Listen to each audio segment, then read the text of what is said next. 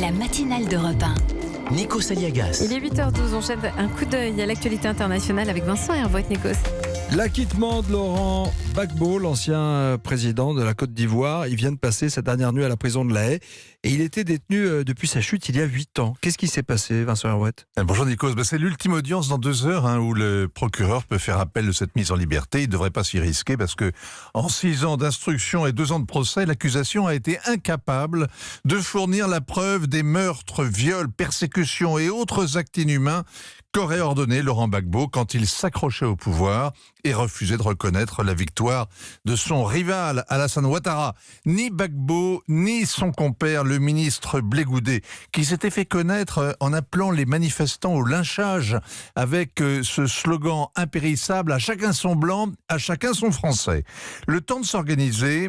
Les 2 innocents vont rentrer à Abidjan, leurs partisans sont en transe, l'heure de la revanche approche, l'an prochain, élection présidentielle. Laurent Gbagbo a 70 ans, l'avenir est ouvert. Ce procès qui tourne court fait mieux que l'innocenté, il le victimise en nouveau Mandela, Saint-Laurent martyr.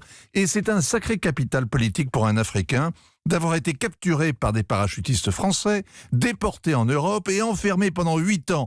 On l'appelait, avant que la justice vous relâche, en disant qu'elle s'est trompée. Alors on l'appelait le boulanger, parce qu'il roulait tout le monde dans la farine. Désormais, il est blanc comme neige, c'est un innocent, il aura les mains pleines, on peut compter sur lui, il a du génie politique, et c'est exactement le contraire de la Cour pénale internationale. Qu'est-ce que vous voulez dire, qu'on ne peut pas compter sur elle ? Et qu'elle n'a pas de génie. Tout procès finit par celui de la justice. Il est temps de demander des comptes à la CPI.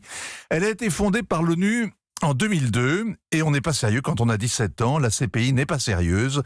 Elle devait punir les crimes contre l'humanité. Elle a fait des procès interminable, une justice hors sol et hors de prix. Elle a condamné 3 lampistes, tous africains. Des magistrats ont joué les vedettes. Quelle jouissance de traîner des chefs d'État dans le box, de leur demander d'épeler leurs noms et prénoms, de leur réclamer des comptes sur les crimes de leurs subalternes. Encore faut-il un ordre écrit, un témoignage direct, une preuve. La CPI a accusé Omar el-Béchir, le président du Soudan. Il court toujours. Elle a jugé le président du Kenya qui venait de se faire réélire. Le dossier était vide, non-lieu. Elle a condamné Jean-Pierre Bamba, le vice-président congolais, qui a passé 10 ans à La Haye avant de l'innocenter. Laurent Gbagbo est la dernière erreur judiciaire. Personne donc ne rendra justice aux 3500 Ivoiriens qui ont été tués quand ils s'accrochaient au pouvoir. La CPI est coupable. Elle n'a aucune circonstance atténuante. Vous êtes très tranché, ça veut dire que la CPI n'a plus d'utilité aujourd'hui selon vous, Vincent Hervouet ? Elle va mettre très longtemps à retrouver un peu de crédit, et puis elle doit oublier ce truc qui est digne de Kafka, la responsabilité de commandement. Autrement dit, le chef est coupable des crimes de ses subalternes. Alors c'est politiquement vrai, mais alors sur le plan pénal, c'est totalement faux.